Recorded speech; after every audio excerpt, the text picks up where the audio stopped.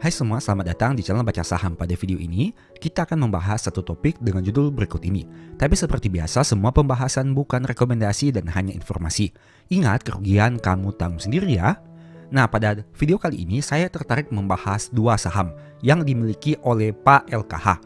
Dan berdasarkan data yang ada yang akan kamu lihat nanti, ternyata Pak LKH melakukan pembelian atau penambahan kepemilikan dari dua saham ini. Saham yang kita bahas adalah saham BNGA atau Bank CIMB Niaga dan saham BDMN atau Bank Danamon. Nah, berdasarkan data yang bisa kamu lihat di sini yang saya kutip dari investasi.kontan.co.id per 28 Februari tahun 2025, Pak LKH memiliki 28,25 juta saham BNGA. Dan berdasarkan data informasi dari website resmi perusahaan per tanggal 30 Juni tahun 2025, kepemilikannya sudah menjadi 45,90 juta lembar. Itu artinya dari periode Februari 2025 hingga ke 30 Juni tahun 2025 terjadi kenaikan dari kepemilikan saham. Dan saat video ini dibuat, BNGA di harga Rp1.705. Coba kita hitung secara sekilas. Kira-kira berapa besar aset LKH di saham BNGA? 45901.600 kita kalikan dengan harga katakanlah 1.700. Maka total asetnya mencapai sekitar 78 miliar rupiah. Nah, selain itu ada juga saham yang lain, yaitu saham Bank Danamon. Ini berdasarkan data per tanggal 31 Januari tahun 2025, kepemilikannya adalah 18,73 juta lembar. Nah, tapi per tanggal 28 Mei kepemilikannya naik menjadi 21,89 juta lembar. Terjadi juga kenaikan kepemilikan untuk periode Januari ke bulan Mei tahun 2025. Kita coba lihat sekilas. BDMN di harga 2.430 saat video ini dibuat. Nah, sekarang mari coba kita hitung secara sekilas dengan harga saham di angka 2.430. Nah, 2.430 kita kalikan dengan lembar saham yang dimiliki sekitar 21.891.600. Maka jumlah asetnya mencapai sekitar 53 miliar rupiah. Itu artinya kepemilikan LKH di saham BNGA dan BDMN ini di atas 50 miliar rupiah. Nah, pertanyaannya, apakah memang kedua saham ini semenarik itu sehingga LKH masih terus melakukan pembelian sahamnya? Kita coba lihat secara sekilas. Untuk saham BNGA dan saham BDMN berdasarkan informasi saat video ini dibuat. Saham BNGA masih turun 1,4% selama tahun 2025 dan saham BDMN masih turun 4,3%. Itu artinya dua saham ini masih mengalami penurunan harga selama tahun 2025 saat video ini dibuat. Bagaimana dari sisi pencapaian labanya? BNGA mencatatkan kenaikan laba di Q1 tahun 2025 dibandingkan Q1 tahun 2024 dengan angka 1,8 triliun untuk pencapaian laba selama 3 bulan pertama di tahun 2025. Sedangkan untuk BNGA, labanya memang sedikit mengalami penurunan dibandingkan Q1 tahun 2024. Nah, dari dua saham ini memang laba BNGA lebih besar dibandingkan laba yang dicapai oleh saham BDMN itu sendiri. Bagaimana dari aspek profitabilitasnya? Mari coba kita lihat.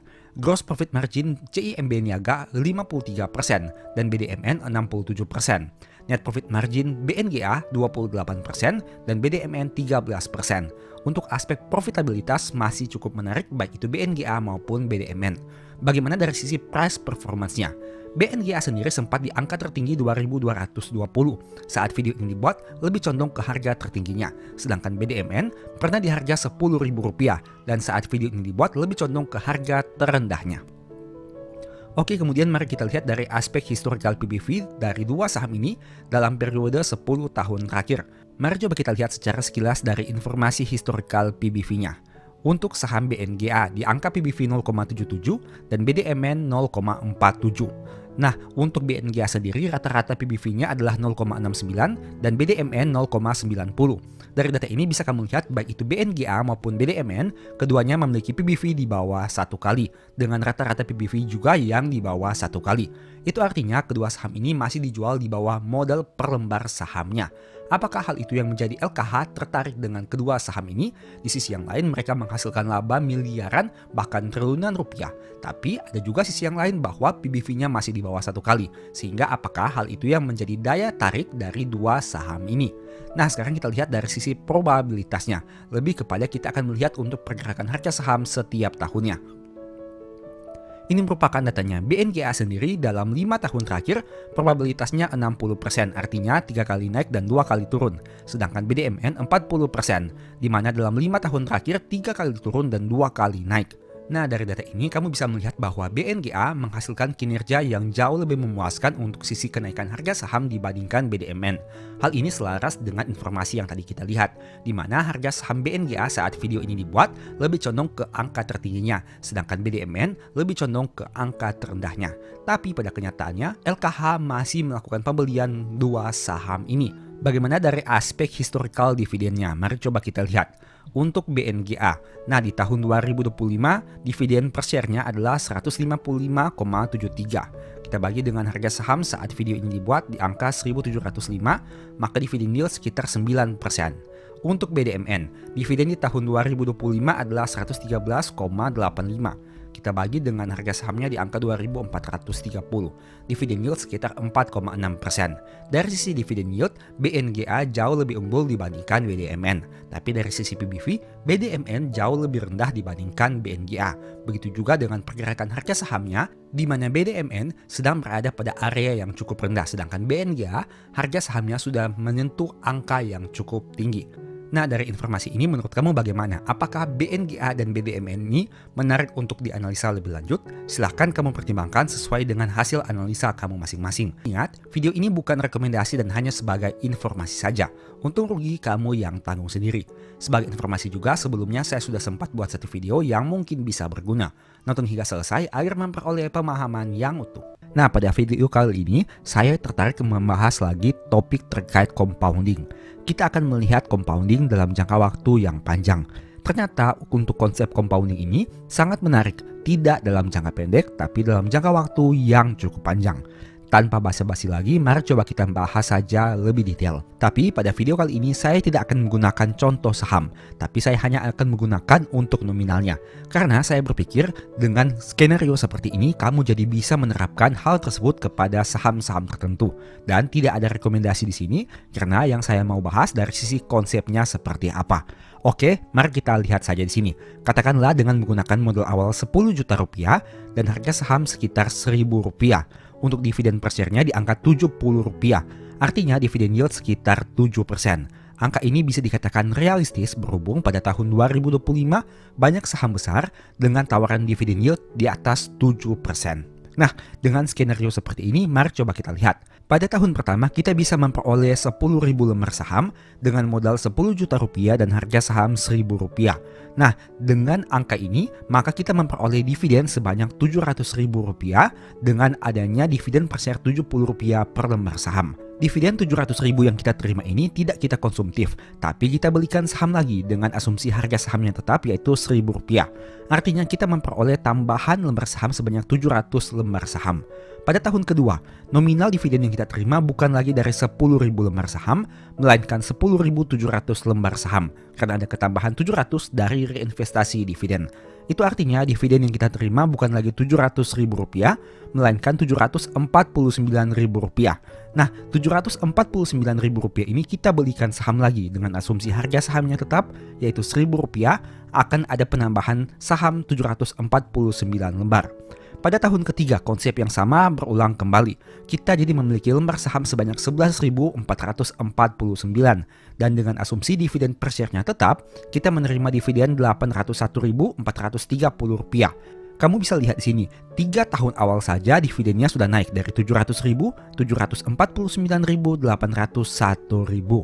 Hal ini terus kita langsungkan bertahun-tahun sehingga pada tahun ke-12 kamu bisa lihat, lembar saham kita yang awalnya 10.000 lembar kini menjadi 21.049 lembar. Ingat, ini tanpa ada top up dana. Modal awal yang kita keluarkan hanya 10 juta rupiah dan kita hanya memanfaatkan efek dari compounding dividen yang kita terima setiap tahun untuk dibelikan saham dan lembar saham kita dari tahun ke tahun semakin banyak. Bisa kamu lihat dari tahun pertama, kedua, ketiga, keempat, kelima dan seterusnya, lembar saham kita tambah lama tambah banyak karena dividen yang kita terima kita belikan saham lagi.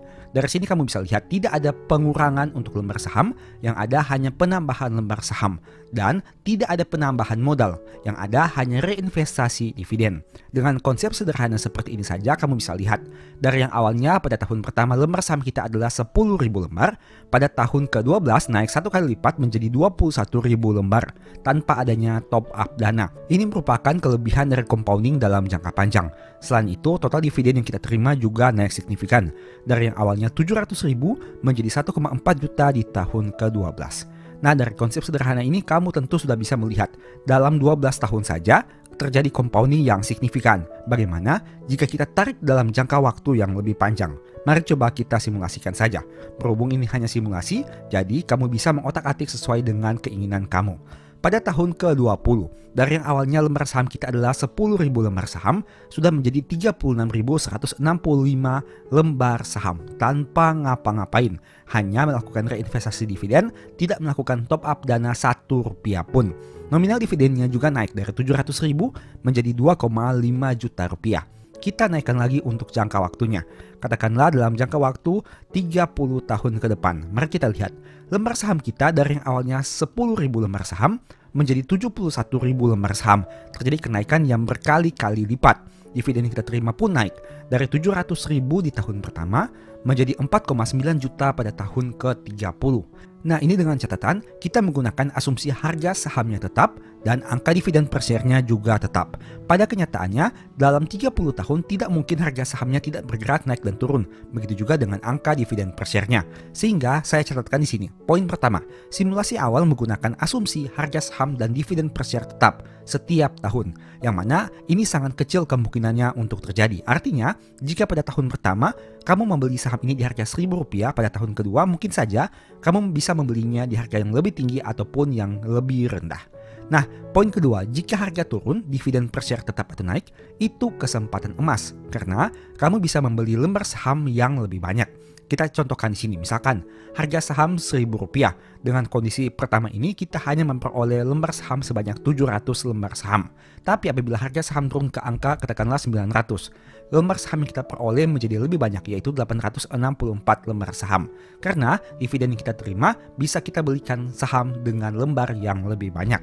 Untuk poin ketiga ini, apabila harga sahamnya mengalami kenaikan dan dividen per share tetap atau turun, maka itu merupakan suatu tantangan karena kita akan memperoleh lembar saham yang lebih sedikit.